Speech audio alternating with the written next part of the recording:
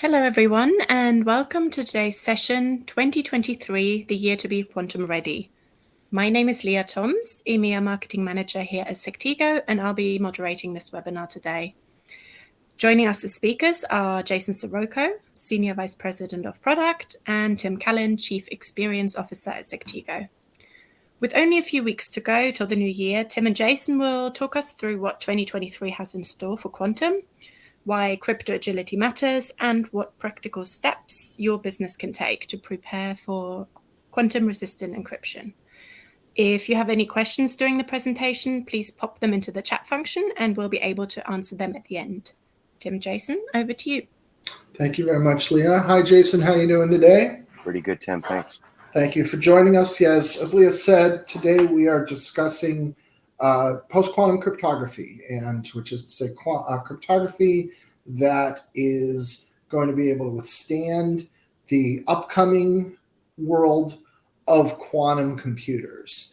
There is a little stat you see here about senior executives expecting quantum computing to be very important, and this is really a very realistic and reasonable expectation. Quantum computers stand to change the landscape of computing in many important ways, a big one of which is that they're going to completely define the cryptography that we have to use.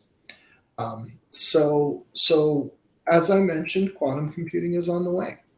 And a quantum computer, feel free to jump in here, Jason, but if you know anything about quantum physics, part of the point about quantum physics is that quanta are these that atoms exist in multiple states at the same time, and that's just how quantum physics works. And if that's counterintuitive, welcome to quantum physics. But the consequence of that is it's actually possible to build a computer where we're used to traditional bits, 1-0 bits, and a bit is one thing or the other. And we can actually build a computer with these things they call qubits, quantum bits. And qubits can be 1 and 0 at the same time. They can be a certain percent 1 and a certain percent 0. And again, if that's counterintuitive, so be it.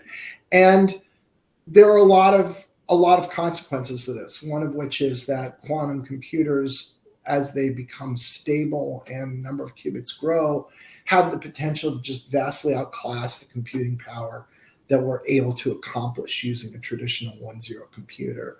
But in addition to that, due to some of the interesting aspects of how these things work, not all tasks, not all types of tasks will accelerate at an equal rate. And certain types of tasks will become much, much, much faster in their acceleration than other types of tasks. Right, Jason? Yeah, Tim. Along with some very specialized math and some algorithms, Shor's algorithm very specifically, that will enable quantum computers to factorize very quickly, which is something that, as you can see from this chart, algorithms such as RSA and ECC are both susceptible to Shor's algorithm, which basically enables a quantum computer to factorize so many times faster than a traditional computer that only has the 1 and 0 state. It is important to note here, Tim, part of what you're seeing on the chart is basically encryption algorithms such as AES, SHA-256. There are other algorithms that they are susceptible to, but in nowhere near the same amount of effect as Shor's algorithm potentially will have with a quantum computer against RSA and ECC. Yeah, and just to be clear, what we're talking about is very, very dramatic. We're not talking about cutting the compute time in half or in a third. It's not exactly linear, but a good ballpark is something in the order of 10 to 12 to 10 to the 14th orders of magnitude faster. So it is truly crushing, and it is truly paradigm changing in that regard. Yeah, what's not stated on this chart is the number of stable qubits that will be necessary in order to get to this number of hours.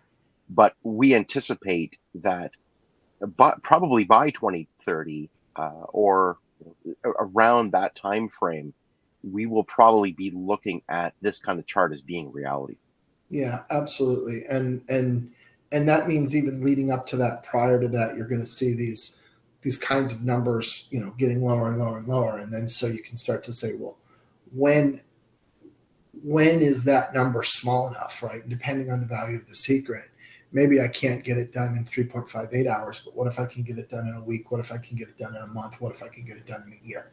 And depending on the secret, getting it done in a year might be very attractive to the attacker. And so in that regard, you can still imagine that even prior to 2030, we see these attacks becoming very real things that we really have to defend against in the real world. So what do we do about this? Jason, what do we do about this? Yeah, well, of course, this has been known mathematically for a while. As quantum computers, as the number of stable qubits became greater than zero, we've been thinking about this. And so NIST, who is standards body in the United States, was leading the charge. There's other organizations around the world, but I would say a lot of people are looking to NIST as basically the standards body that's searching for the new algorithms to replace RSA and ECC. It took ECC quite a long time to be standardized, and RSA being the first one. We're talking about research back, for the last 40 to 50 years that it enabled these two algorithms to be able to be trusted today. And so they knew that it was going to take time in order to be able to find the new algorithms. But it's not just about the security aspect and being resistant to Shor's algorithm. Mm-hmm. It's also about what you're seeing on this slide here, Tim. Right. Yeah, exactly. So it's got to be performative, right? It's got to work in the real world. We want something that not only won't be broken by Shor's algorithm in quantum computers, but also, it's got to be sufficiently fast. It has to be, generate keys that are small enough that they're usable. They don't have to maybe be the same size as the keys we have now, but they have to be within certain limits so that they're actually usable, right? It has to create, when it's creating the encrypted blobs, those encrypted blobs, you have to think about how big those are. If those really balloon tremendously, that has performance impacts as well. It has to be something that not only can this encryption occur and run on quantum computers, but the encryption and decryption also has to be able to run on traditional computers. All of these things need to be worked out. And then this last one, is important, which is well understood, right? So the one of the challenges that you have with a new cryptographic solution is that it may not necessarily have been really beaten on and investigated thoroughly. And so, one of the things we like about RSA and ECC is they've been around for a long, long time. RSA has been around for the 1970s. And so if someone came out with a brand new attack against RSA that defeated RSA in a fundamentally new way, a lot of people would be deeply surprised, because for 45 years, people have been trying to find that, right? And so by that line of reasoning, if we come up with something that's pretty new, that looks good, the worry is if it's only been investigated by a few people for a few years, that perhaps someone really smart at a whiteboard somewhere is going to have an insight or take a whole new approach to it and take what we thought was a secure cryptographic system and show us that it's not. And so, that's one of the key things, and that's what took a lot of the time, I think, for NIST, is to have a lot of scrutiny from a lot of people in with a lot of different viewpoints in order to try to ensure that we're settling on things that are pretty robust against new approaches to attack them mathematically. And so, NIST, this last point, NIST was hoping not just for one winner, because the problem with one winner is then all your eggs are in that one basket, and what happens if there proves to be a problem with that.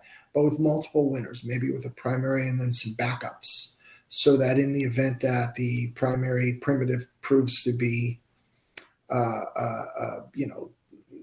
unreliable, there would be other cryptographic systems that we could substitute in their place, and we'll return to this point. So it's here.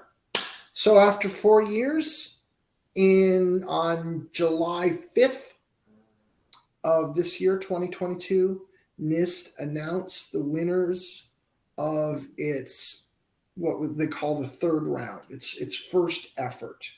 And these were four different algorithms. One for public key encryption, Crystal's Kyber, which you see here, and 3 for digital signatures. And so, Jason, why were there multiple algorithms chosen for digital signatures? Mostly because of the fact that beyond dilithium, Falcon and Sphinx are potentially used for other use cases within the digital signature realm. And it has a lot to do with sometimes the key lengths being very short. Sometimes it's about the latency of the creation of the keys being very short. And so basically, in order to choose Falcon or Sphinx as examples, you really would have to know why you would need those. And for those people who do, you already do. The guidance from NIST is that Kyber and dilithium will probably be the primary choices within chem and digital signatures. Yeah, and so these are understood, right? These are documented and out in the world where anybody with the know-how can look at these and have some have an ability to understand how they need to be implemented.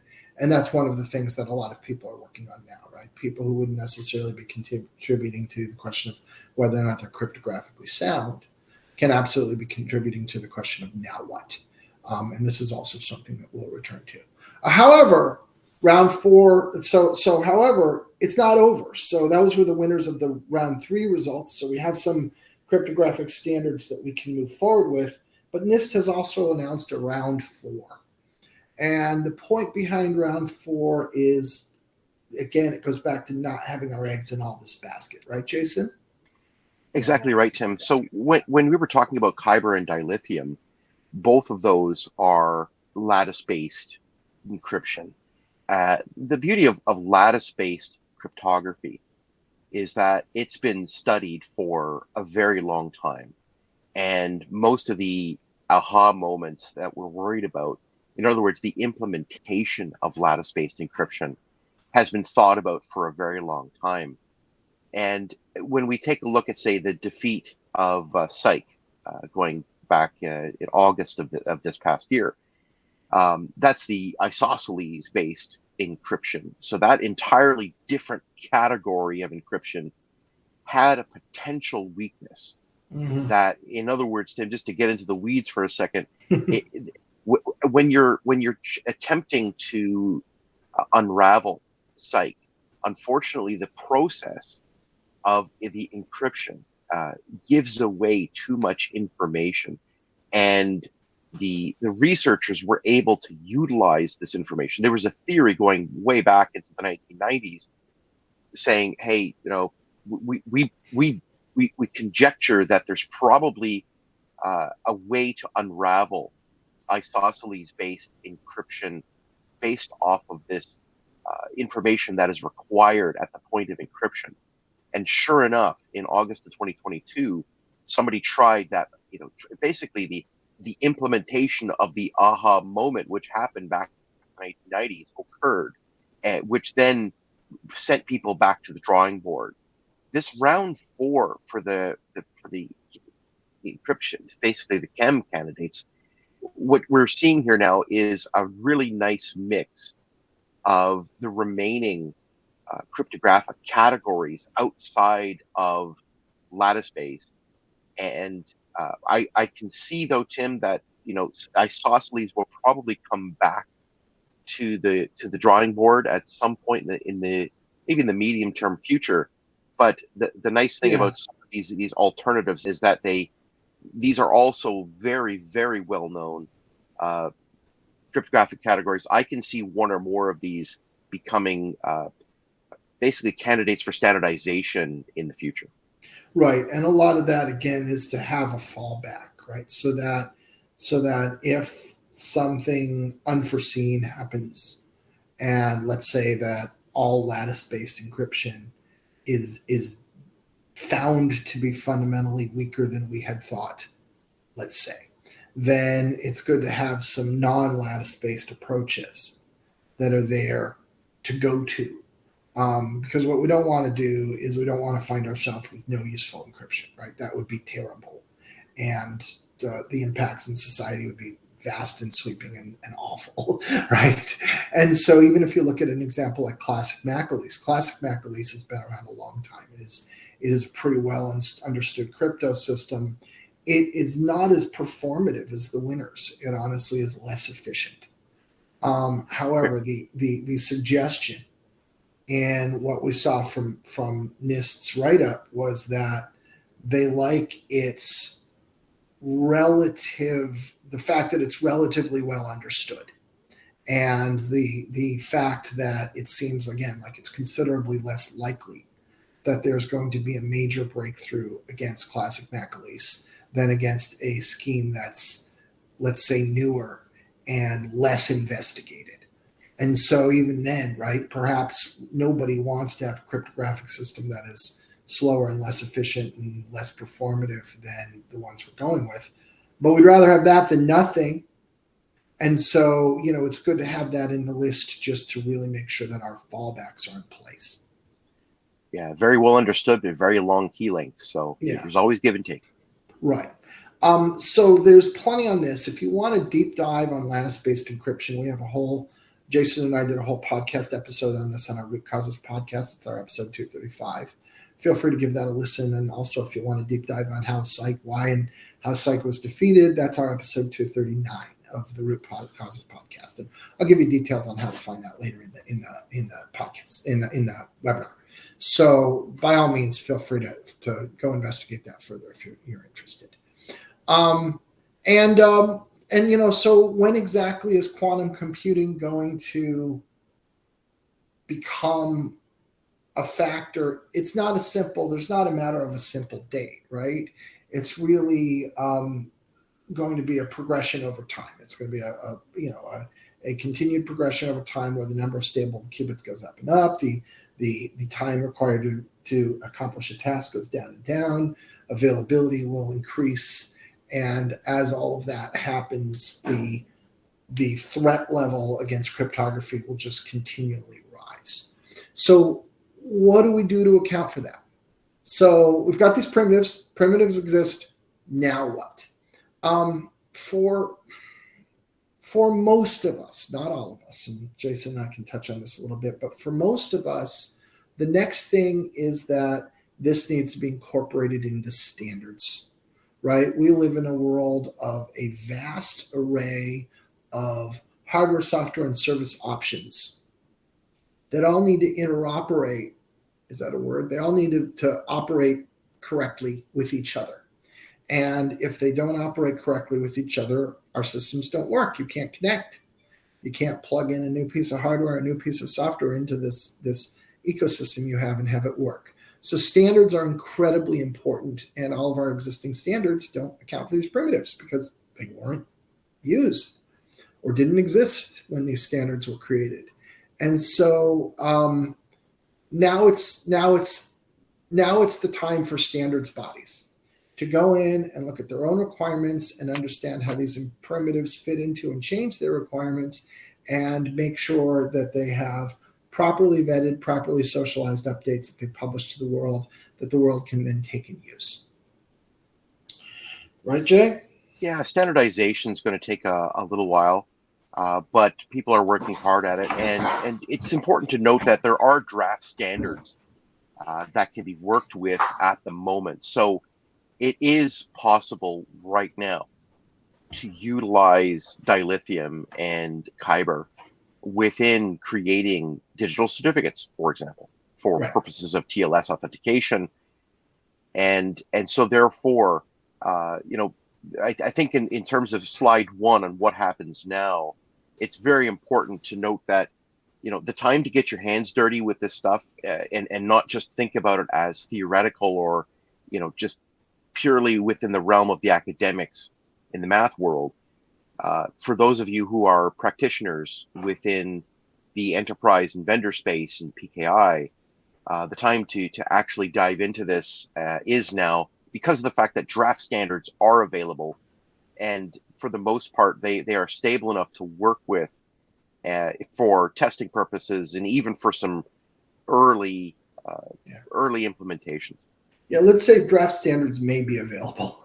There certainly are standards where they are not available. For example, there's not a draft of the CA browser form requirements. We're not that far along yet. But certainly in some places they may be available. It's important to understand, though, that nothing today is ready for production unless you really control 100% of your ecosystem. And so think of this as sandbox work, development work, investigation work. For most of us, we shouldn't think of this as something that you can actually implement and run. How long does this take? Well, different standards bodies are going to move at the pace they move at, and some will be done sooner and some will be done later. So as the pointee says, there will be early adopters and there will be laggards. I think a good rule of thumb is expect this to be the next year or more before these standards come out to the point where they're really complete and solidified, and people will be able to take them and use them.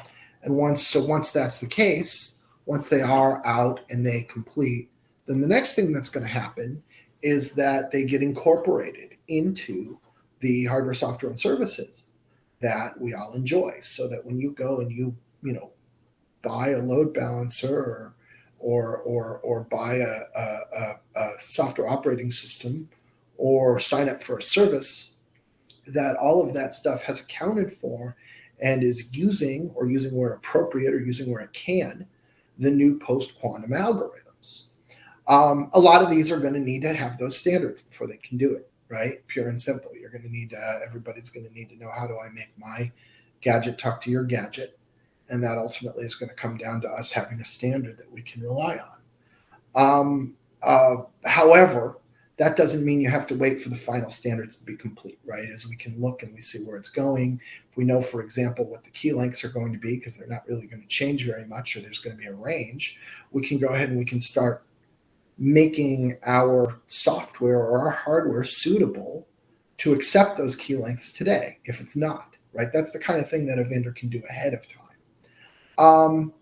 We do believe that vendors are going to be evaluating their strategies. I think that vendors mostly recognize that they're going to have to support this, and will be figuring out how they plan to get there. They're going to be putting this on their roadmaps. They're going to be looking at their own requirements, their own ecosystems. And I think in 2023, you're going to see vendors begin to communicate those strategies to their customers and to their markets, to say, okay, this is what we're going to have. This is when we're going to have it. This is how we're going to go about it. This is what you're going to need to do, right? And that's something that we're hoping to see coming out in 2023 to help you with your planning process. Because ultimately, you're going to need to use systems that are post-quantum compliant, right? And if you're using some on-premise software that you got from somewhere, if you're using a hardware device that won't meet that, then that's an issue you're going to have to deal with. So you're going to need to know what's going on with those. Again, there will be early adopters and there will be laggards. However, another probably good rule of thumb is think about it's another year between when the standards are done and when you're really getting widespread support among the vendors you have. Just because those vendors are going to have to take it, they're going to have to work it, they're going to have roadmaps, they're going to have development, they're going to have QA, they're going to have testing, they're going to have interoperability issues, they're going to have bugs. All of that stuff is going to go on. And so for most of what most of us do, we will be depending on the software, hardware, and services that we are getting from our providers. And for most of what most of us are do, this, what you see here on this slide, is a gating item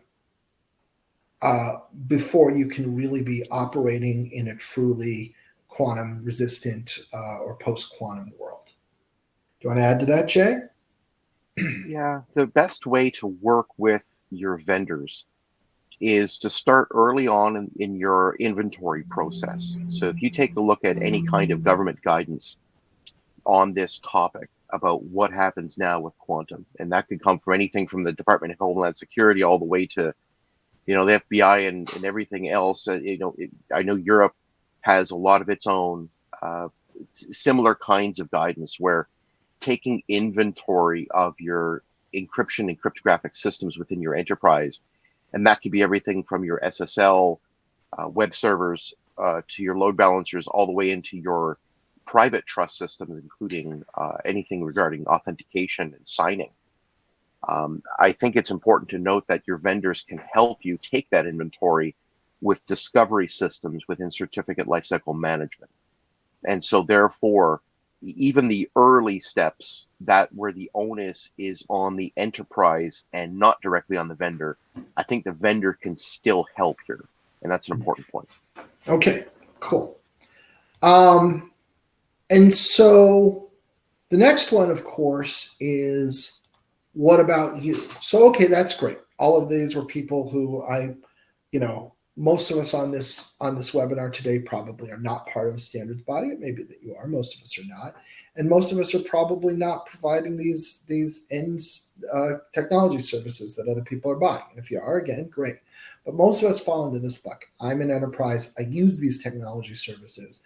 I need to make sure that my secrets or my partners, suppliers, customers, employees, etc. secrets aren't taken. And what do I need to do? Again, most of what you're going to be doing is implementing and applying what the ecosystem builds for you. So you're going to have providers. You're going to have technology providers. Those technology providers are going to give you quantum safe or post-quantum ready products. And you're going to be able to take those products and implement them. And that is most of what will need to be done. And in the case of on-premise software, there will probably be a patch. In the case of SaaS, that'll probably just be handled for you, right? Because they'll do it on their end. You may have some software and hardware that doesn't involve encryption at all, doesn't care. You may also, though, have things like hardware or legacy systems that are extraordinarily difficult to upgrade or impossible, right? You might have hardware that's sitting there and the hardware just isn't going to be post-quantum compliant. That's how it's going to be. And your choices are use it or throw it in the trash, right? And that could happen. And so this is something, and Jason already kind of touched on this. This is part of the work you can be doing now, is understand this landscape. What do I have? Where do I have encryption? What is it? What is going to be involved to make it current, right? I think, again, a good working assumption is if it's SaaS, it can get current, right? That's a great working assumption. But what about other things? What about the software you have, on your own iron? What about your own machines? What about your own devices? What about your own IoT devices? And then start to ask yourself, where are we with that, right? And what do we do about that? What's our action plan about that? And again, look at legacy systems. And this may be the time where you say, gee, up until now, it's never been worth biting off the difficulty of swapping out this old legacy system that's been here for a long time. But gosh, if you can't live with the secrets that are being shared or passed through that system, getting into someone else's hands, then maybe it is that time. And these are things to be thinking about. Take that inventory, build that plan, evaluate those risks, understand what you think is going to be upgraded and not, and when. And that's very important work that you can be doing commencing today.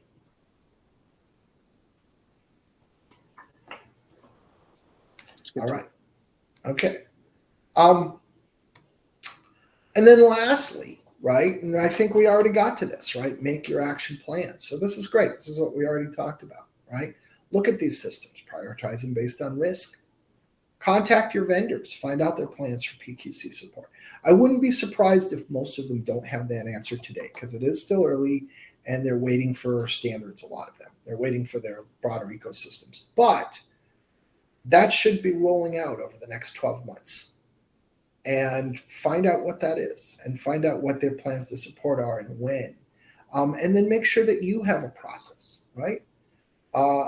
Patch management is a big one here, right? All patches got to get done. If there's a patch and you don't get it applied, it doesn't matter, right? So you got to get all that done. And then another big one is certificates. So not all encryption is embodied in certificates, but a great deal of it is. So understanding the encryption that you have, the certificates that you have, how they're deployed, where they're deployed, what their nature is, what is involved in changing them, when they terminate, what the CAs are if they're, locally owned. All of those things are incredibly important in terms of being able to be confident that you know what encryption you have in place and that you have updated it when you need to update it to something that's current. Understanding what certificates you have and where is very important. Jason and I, we run into this all the time, don't we, Jason, that people discover certificates in critical functions that they didn't even know were in their ecosystem. They didn't know were in their environment at all. Oh, it's very true. I've seen it way too many times, and it continues to be something that we see. It's such an important part of our industry. This ability to discover the certificates that are used within your enterprise in every single use case. Yeah, and sometimes entire certificate authorities that they didn't know existed inside their environment. This happens. And so knowing what you have there, you can't swap out your encryption if you don't know what your encryption is, right? So an inventory of certificates and more broadly encryption in general, incredibly valuable. And then, for the certificates, this is a very good time to look at automation alternatives, right? Because you're going to want to be able to sweepingly replace lots of certificates. You're going to need to be confident you got them all. You're going to need to be confident that you got them correctly. You need to be confident that the new ones are installed correctly and they will operate. You won't have outages and cascading failures because they don't. And all of that is greatly, I'd say those risks are vastly mitigated. Probably not completely eliminated, but vastly mitigated through a properly implemented automation solution. And so if you've been holding out on automating your certificate management, your certificate renewal, your certificate replacement, your certificate installation, this is a good time for that to become a roadmap item, because your needs there are only going to go up dramatically in the next couple of years. Tim, I'll give just a very quick real world example of that that you and I both like to give. Yeah. For those of you in enterprises that are running any kind of DevOps, and that's probably all of you, almost without exception, did you know that as part of any Kubernetes cluster, there is a certificate authority that is sitting behind that, and you may not know it. So that's a bit of homework for you to do right now today within your enterprise. Yes. Be prepared to find something you didn't know was there, because most people do. And so there is a bit of a challenge here, if you think about it, which is we have these two orthogonal cryptographic systems, and they are different. And so if I'm encrypting using my traditional RSA or ECC with one set of systems, and I'm encrypting using my Crystal Kyber with another set of systems, how do all of those coexist in a certain environment? Because if we look at it today, it's 100% RSA and ECC.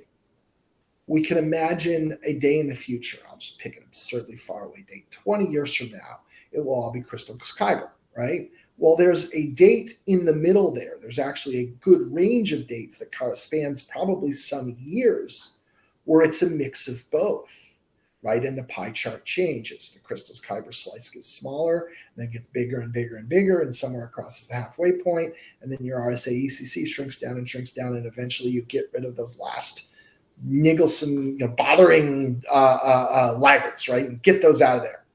And so that is the process, right? That we'll probably all go through. And that means that there will be periods of time where many systems have to be able to speak both kinds of crypto. They have to be able to encrypt with RSA over here, and they have to be able to encrypt with Kyber over there. And how do we do that? And a big piece of that, a very big piece of that, is what we call a hybrid certificate. Jason, what's a hybrid certificate?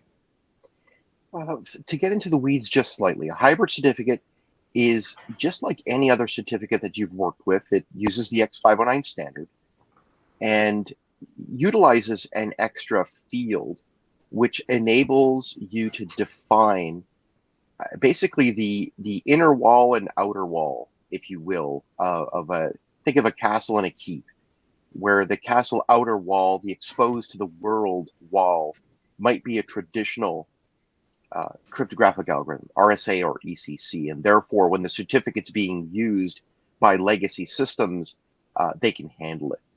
But the secret inside of the certificate, right, is able to then be protected with a quantum resistant algorithm.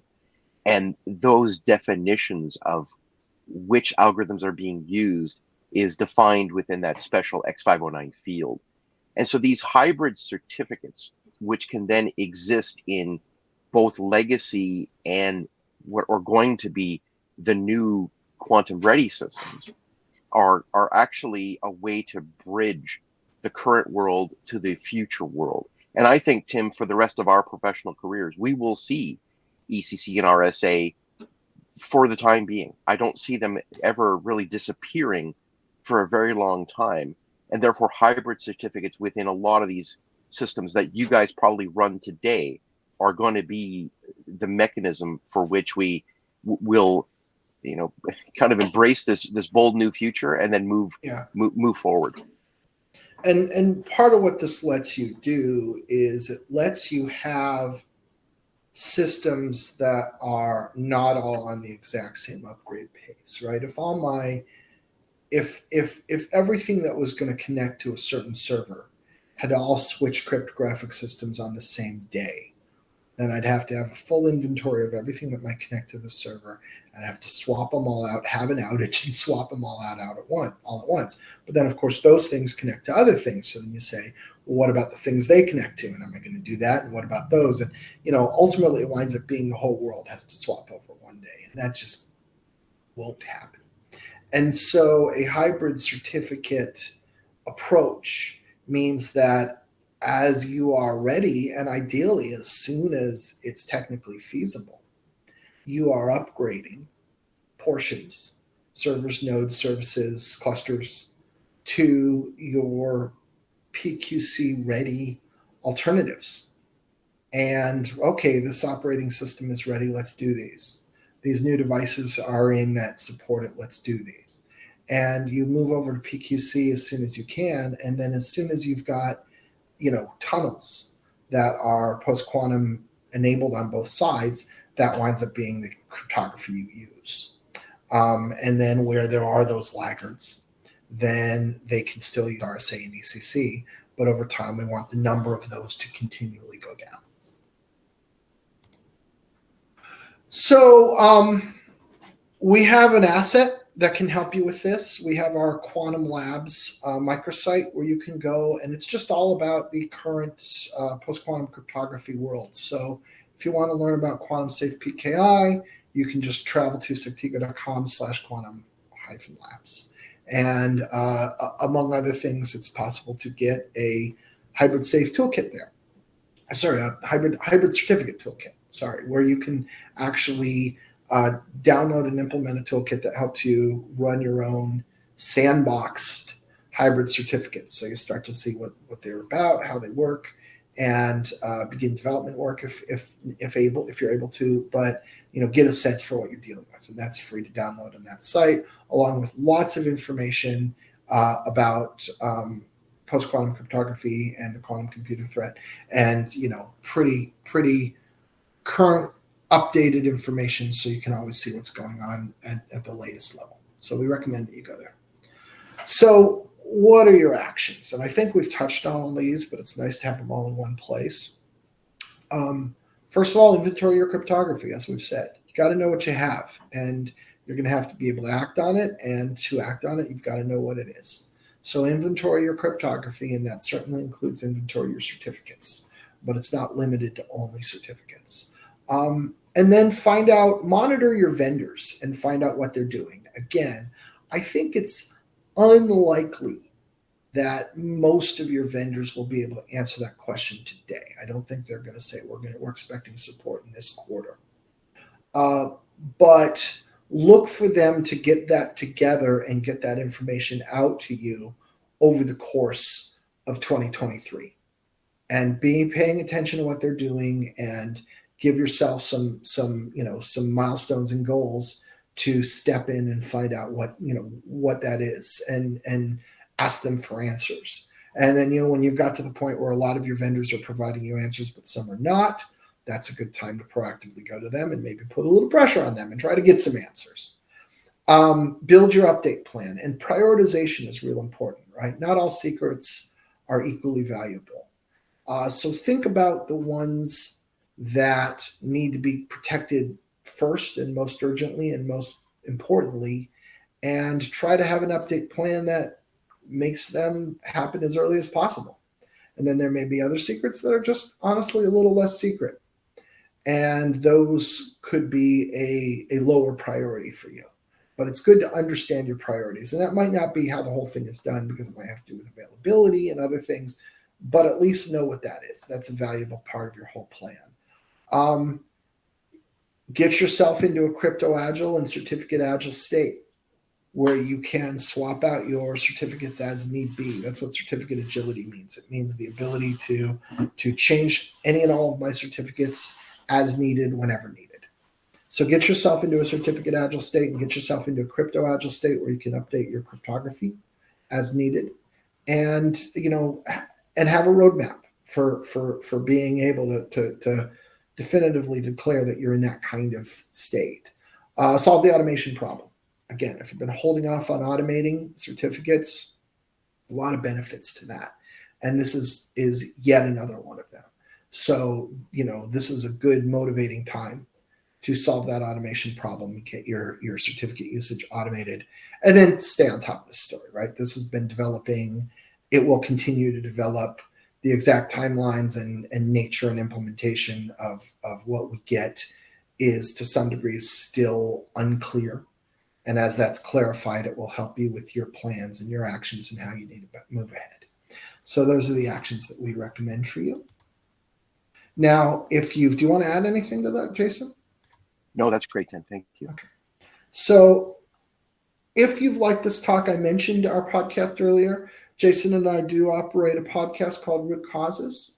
It's focused on PKI and security. You can find it wherever you listen to podcasts. Just search on Root Causes. We'll be right there in the top of your results.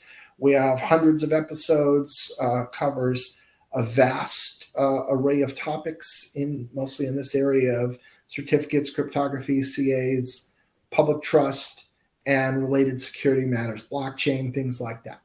So please come join us wherever you listen to podcasts. We'd love to hear you. I referenced a couple episodes earlier, but there's lots and lots of topics there, and there's deep dives on lots of things about this topic and others. We have, probably 20 just on post-quantum cryptography by way of example. So do come visit us. And with that, I think we're ready for questions. Leah, do we have any questions? Yeah, thank you for the presentation. We had a couple. Okay. The first one is, what will the world look like from an SSL and document signing perspective as soon as the quantum apocalypse is announced? Well, so the quantum apocalypse is announced. When it's coming, it's not going to come in a single moment, right? What will happen is the degree to which your secrets become accessible to potential attackers and enemies is going to increase over time. It's going to become progressively easier for attackers to get there. I think an important question, if we're talking about public certificates, right? Public SSL, document signing, let me also throw in there SMIME, code signing, is that these certificates for public consumption really will 100% depend on the standards bodies we were referencing earlier. So not only do we need IETF to work out the morphology of these certificates and the strategies, but then at that point, that's going to go to the public CA standards body, which is called the CA Browser Forum. And the CA Browser Forum is going to have to pass its own rules, which will be built on the IETF rules about how CAs may issue these certificates. And only when those are passed will a CA like Sectigo be able to actually give you a public certificate. Because if I were to issue a certificate right now that supported Christus Kyber, that would be non-compliant with the current rules. And I'd have to revoke it, right? So, that's the order that things have to go in. So in the case, if you really want to have, quantum safe or post-quantum SSL certificates, they will come as an industry. There will be a first date when they're available. They will probably be available from multiple or many CAs, all more or less at the same time. And at that point, you'll be able to get them and implement them and use them, in place of your traditional certificates right now. When is that? I would be astounded if you could get those in 2023. I think we're looking at 2024 or beyond, just because that's the amount of time it's going to take for this machinery to do its job. But that's what to watch for. And obviously we'll keep you informed as that sort of thing solidifies. Great. Another question was, why was psych broken so easily? Is that a reflection of the rest of the candidates? Psych was broken because there was a fundamental problem with it that was postulated probably back almost 30 years ago or more. And basically what happened in August of this past year was that somebody actually decided to put into practice that attack, that proposed postulated attack against psych. And so therefore, what we found out in August was, yes, that it was weak with respect to how much information that it basically leaks out during the encryption process. And so therefore, it's more of an implementation question and an implementation problem compared to fundamentally the entire isosceles encryption category being disqualified. I think it really comes down to the smart people that come up with the implementations of these categories will just need to come up with a better one that doesn't leak as much information. And I think that the learning event that happened in August will ultimately make isosceles just that much better in the future. And let me add, I saw a speech at the RSA conference this year from Dr. Dustin Moody, who runs the NIST contest. And at the time, Psych was alive, but Rainbow had been broken not that long earlier. And someone asked him a question about Rainbow being broken and said, basically, does this make you pessimistic about the primitives? And his response was, no, this is exactly what we've been expecting. And the reason we want the community to look at these things very, very vigorously is so that we can discover these things now at this part in the process. And to put things in perspective, the number of original candidates was, I'm going to get this one wrong, but it was in the ballpark. I think it was 89, Jason? Something in that. It was high 80s, I believe. And we got down to 4, right? And the way we did that was people thoroughly investigated and knocked out strategies that ultimately were weaker or less advantageous than the strategies that remained.